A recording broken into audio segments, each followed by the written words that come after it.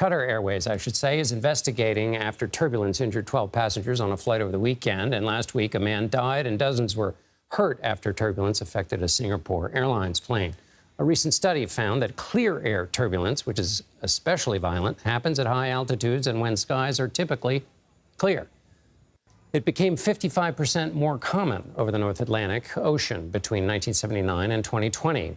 Because it's unexpected, the fasten seatbelt sign is often off, making passengers more susceptible to injury.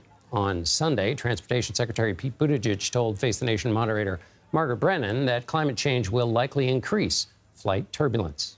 There are protocols and patterns for things like how pilots who encounter turbulence can notify those who might be coming in the path. But I do think we need to continually reevaluate that in the face of the reality that these things are more frequent and more severe than before.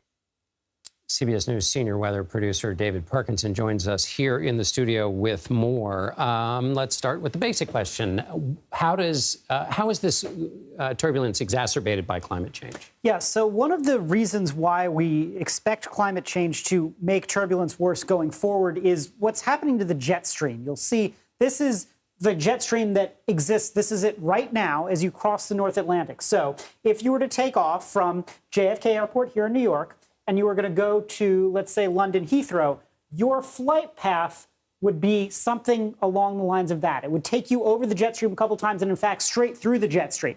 When the jet stream is moving faster and faster and faster, the air becomes more turbulent. And when the air becomes more turbulent, you have pockets that can cause more turbulence. It'll also speed up flights as well. But really, the concern is here, there's not necessarily clouds over this path. You're just now running into these different winds at different levels, and that's what's causing the turbulence.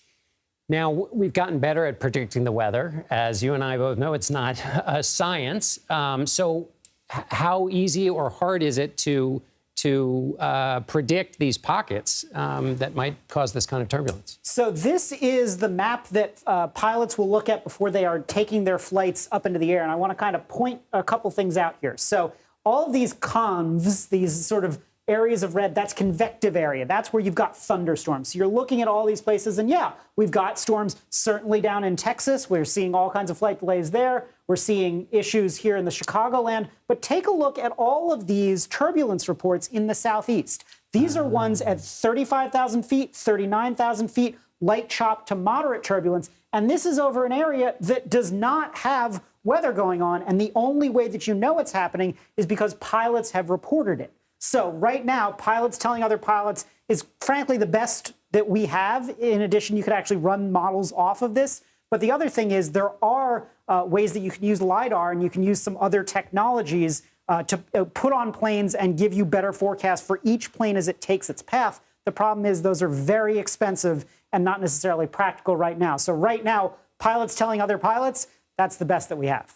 And is that why when sometimes you're on a plane, a pilot will say, well, there have been reports, and then you fly and nothing happens? Is that likely to be you're over one of those clear areas? Correct. Yes, that's exactly what's happening here is that your flight, let's say, was going from Houston to Charlotte, right? And so the path is over all these reports of turbulence. Now, that turbulence isn't, turbulence is not a fixed thing. It changes because the air is moving around. And so realistically, it is possible that where there was turbulence 20 minutes ago, there isn't turbulence right now. That's great. Thank you, David Parkinson, as always. No problem.